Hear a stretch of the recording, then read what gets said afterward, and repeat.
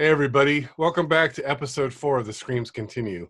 My name is David Love, and I'm here today, of course, with my good old pal, best friend of 40 plus years, executive producer of our documentary Season of Screams, A Legacy of Not Scary Farm, Mr. Scott Broad. Hey everybody. Hey Scott, so we're on episode 4, and you're still wearing those sunglasses, so I'm sure people are wondering, what's up with the sunglasses? So tell that story in 10 seconds or less. Go. I can't do it in 10. I could do it in 30. California boy, 5 years, moved to Wisconsin. We're in a beautiful area. First time I was on a tractor, there was a bucket and a hoe. And I'm clearing out a forest area. Never been on this thing. And I decided to knock down tree limbs and just push the bucket against it. Wrong idea. First two break. The other one keeps bending. And it comes out of the bucket. And just at the last second, I was able to bring up my arm to take some of the power, but it hit me about 120 miles an hour, a whack. And if I didn't have my hand up, I would not have this part of my face. So I had a concussion. I have a broken arm, and I'm doing much better now. And the sunglasses are because we're in bright lights here. It gives me an instant headache. I probably will wear these for another year or so, but I'm doing okay. I still got that memory. What? I'm doing what? Oh, I'm doing Season of Screams. The Screams Continue. Sorry. I just, you blank out. You have these concussion memory losses and everything. So I know what a few people are probably saying. So you were using a tractor to cut down a tractor with a bucket and a hoe to chop down trees. Most people use chainsaws and ladders, but hey, Scott, nothing surprises me with you. You do things a different way, and get me on a machine toy like this. I'm going to clear anything, and I was having so much fun. In all seriousness, it was a pretty scary accident, and I'm glad you're okay. So you keep wearing those sunglasses. You keep being Mr. Hollywood, and we'll keep doing these episodes. I don't want to be called Mr. Hollywood, but okay, Mr. Hollywood. All right, so we're continuing with our Raw interview series. Today's interview is going to be with Gary Salisbury. Gary was a street performer and a stuntman, and he worked the haunt the very first year as a monster, actually. He was starting to slowly move into management at that time, but the very next year he was definitely full-blown management in 1974. So as you'll hear in his interview, he talks about his career there and working with all the different people. Gary's a really great guy. Very, very happy that we were able to interview him and get his story on Season of Screams. And it's great to be able to take these raw interviews and hear more of the story. Even both Scott and I said that to hear these stories after so many years, it's just really great to hear more of the compelling stories. So, Scott, when we did the interview, he was working at, what was it? Was that the Wild Bills? What was that place? I think it was Wild Bill's, and I think it's still there, or it's something else now. I think, I'm not sure what it is now, but I think it was a dinner, like a dinner theater show. It's right next door to Medieval Times down there in Buena Park, which is right across the street from where the old Wax Museum used to be. Kind of a little entertainment spot down there, but yeah, he was working, I think it was called Wild Bill's Dinner Theater, and he was the entertainment director manager there at that time. So I got to tell you about Gary. Gary, like Bill and so many others, they're great storytellers. And as the interviews went on, they got excited. There was like that freshness that was coming back in. And then when he started going over some of the things with his Wonder Years, where they got together one time, the original crew who put it together and a lot of the workers that put it together, it was like, I wanted to be there. Didn't you feel like that same thing? You just wanted to be there at that Wonder Year party. Yeah, definitely. Absolutely. You can definitely, feel the camaraderie that they all had just through his interview. And it's really cool that they've all stayed in touch. And if I'm not mistaken, Gary has a couple of Facebook groups that he has put together with the old stunt team and even the old Halloween haunt. And I know a lot of the people that worked the event back then still stay in touch through Facebook, which is really cool. All right, so before we get to Gary's interview, of course, I just want to quickly plug our Season of Screams merchandise store, which you can visit at seasonofscreams.store. Again, we're selling merchandise for a really good cause. So our store not only has the original DVD, we have merchandise as far as shirts, hats, hoodies, some great art, all with the Season of Screams logo, with Boney Manor logo, Scary Hollow logo, a lot of cool stuff. And it does go, partial proceeds does go to a great cause, and that is Lupus Foundation of America, Wisconsin chapter. It is personal to me. My wife has lupus, and it's a disease. It's an autoimmune disease that there is no cure for. So we need more money for funding, more research. For more information on lupus, please go to my scarewithcare.org website. That's scarewithcare.org. Again, if you like what we're doing, I really appreciate it if you could hit that like button and subscribe for us. All right, enough of the shameless plugs. Here we go. Here's Gary. Okay, the Halloween Haunt. To my best recollection, and you're talking about 30 years ago, so we're going back pretty far. I was a stuntman, actually, when it really started. I was starting to make the transition into a management position, but I was basically still on the streets. And there was a Young Life, which was a church group that did a maze somewhere like around Cyprus for Halloween. And so we sent some people over to look at this maze, and the idea was born, well, we could do a maze at Knott's. And then I was called into a meeting, and Bill Hollingshead was there, and a George Condos was there, and a Martha Boyd was there, and they started. Here I'm not really management yet, so I was just real flattered to be in that meeting, and we started talking about what we could do. Bill said that he knew either Seymour himself or Representative Seymour, and that he had been approached to maybe bring him into the theater.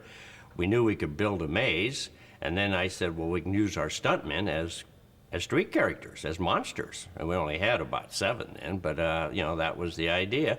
And then Gene Whittam, who had been one of our stunt team, and then he had gone to the train as a train robber, and then he had gone to marketing.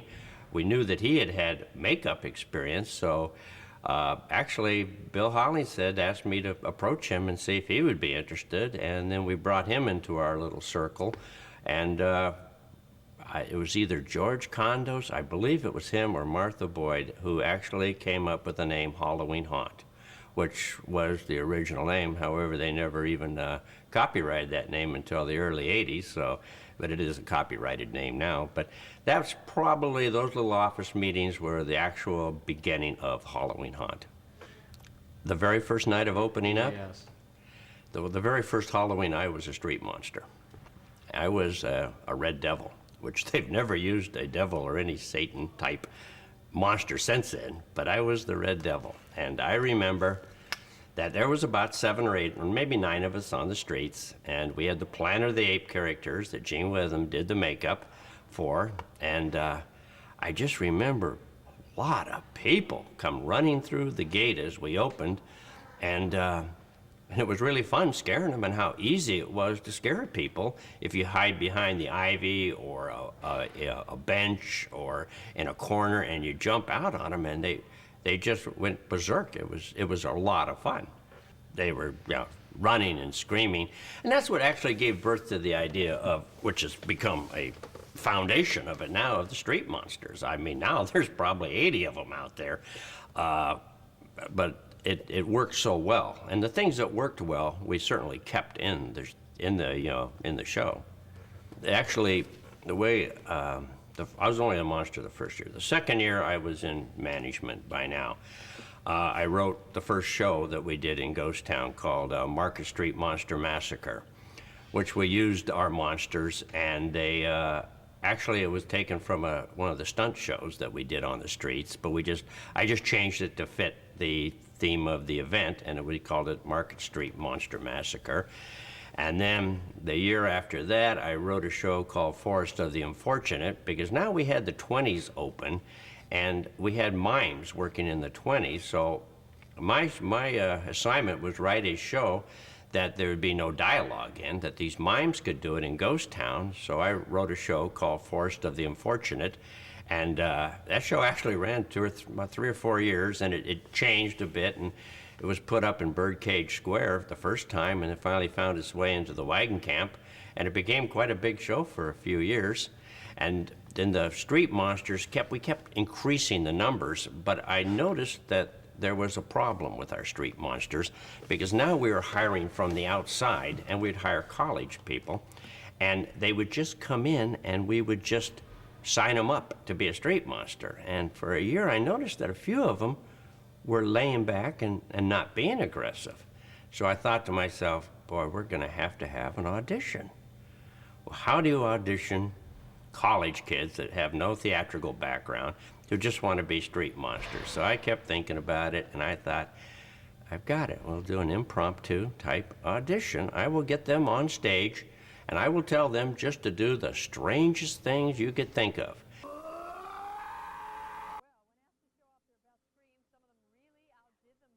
Now, a lot of them will say, oh, Jess, not for me, and walk away. And that's good. We want them to walk away.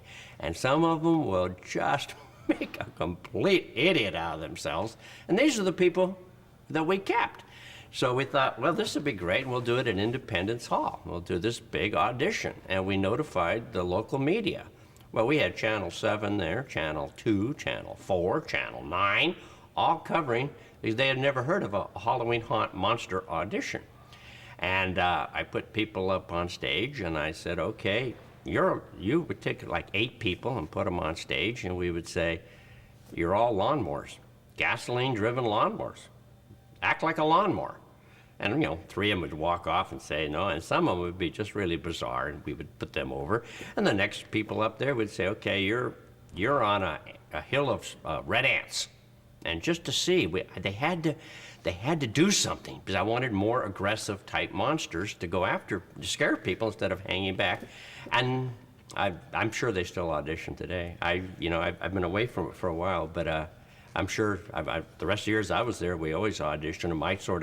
I turned that over to other people. I did train other people. I had talent supervisors that worked for me, and they would take care of a branch of it. I had people who would take care of the contract workers. I had people that would take care of the street monsters.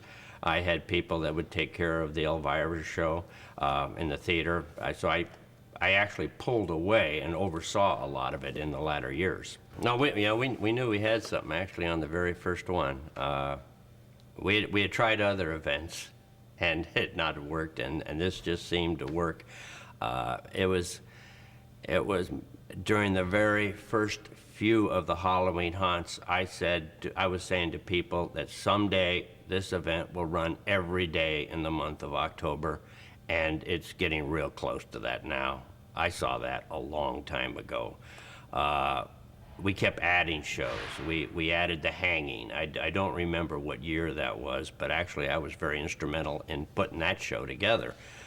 It was quite different than the hanging they have now, but it worked real well. In fact, the first person we hung was a fella named Bob Rochelle, and he was a stuntman, and I had gone and just got a parachute harness from a surplus store, and we had them sew it onto a hook, onto a rope, and we pulled the trap door, and it ripped right out of that hook, and he fell right to the ground below. Luckily, he didn't get hurt, but these are a lot of the learning stages that we did, and now it's very safe and very sophisticated what they do up there now. But we started with a stuntman and just hung a regular person at midnight. And then we went to the witch hangings, and it did 2 shows of them, and then it kept evolving to actually what you have today. For the Halloween haunt, Yes. or? Well, I brought in, actually the first was Seymour. I had nothing to do with Seymour. He worked there the first 2 haunts. And then we had Wolfman Jack. I had Wolfman Jack for, I believe, 5. I'm not real sure on that. My first one I brought in was Elvira. Why Elvira? Yeah, I had seen her on TV. I thought that possibly we could put a show together around her, possibly her entertainment value, her name value would lend credit. Our problem with the Halloween haunts were if you don't have a show in the theater that runs at capacity, it leaves a lot of people out on the grounds, and they jam the rides and make it not a real pleasant experience for people waiting in lines. The line wait gets real long, so it's real important to have an act in the theater that can actually pull 2,100 bodies off the midway into that theater. Well, she was the first act that really did that, and consistently did it all the time. Now, our total attendance for Halloween, the whole event, was never based on her. There were years I didn't use her, and our attendance always surpassed the year before. So she was not utilized as actually building the attendance. Her name value sure lent credibility to the event, though. Plus, she always filled the theater, always filled it. It was, just a given. And she did lend, I'm not saying she didn't help the attendance at all. Of course she did. But it was an event sort of was on a roll, and it just kept increasing every year, like no matter what you put, because one year she wasn't available. So I put Weird Al Yankovic in. And he did well. Did not fill the theater, however, as well as she did, but the attendance surpassed the year before. Another year, I had to put in a show that did real bad in the theater. It was called the Super Bowl of Comedy. And you got a theater that holds 2,100 seats, and our shows were going to 500, 400 people per show. The show itself was real good. It was real entertaining, but no one knew what the Super Bowl of Comedy was, so there was no reason to go in there. The show was actually a real good show, but our attendance again that year well surpassed the attendance of the year before. So it's not necessarily the show in the theater. However, you got to have a show in the theater that does pack the theater and take bodies off the midway.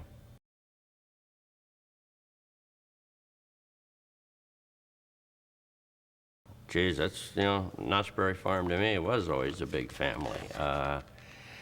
It was, everybody seemed to work together. We had common goals. We were, I call it the wonder years. I call the period of time I worked there, I'd say from 1971 to 1982, 83 were the wonder years. In fact, we had a reunion, and we called it the Wonder Years Reunion. It was a group of people who came together during those certain years that'll never happen again. Tremendous talent, tremendous creativity, and they're doing tremendous things today. I can tell you a lot of these people are doing today, and it's tremendous. But they all came together at Knott's Berry Farm, and there was like an explosion there, where a lot of good things came out of that. And it was a real, we're all still in touch with each other. The person who plays Wild Bill on this stage right here at night, I go back to the 70s with him, and he was in my saloon show. He's done Halloween haunts. He's probably had involvement in the theater show at times. He's an MC, a singer, a bass, a guitar player. But it's a strange phenomena, and when I think of it, it really is the wonder years because of how these people came together. And it's incredible what happened. It'll never happen again. It'll never happen again, but it did happen during the 70s and the early 80s there. Well, I think, I don't know why they came the first year because no one knew what it was, but it's the reason they come back is because I think everyone likes to be scared, or to be scared in a safe environment. They don't want to be scared like where it's not safe, but the Knott's is basically a safe environment.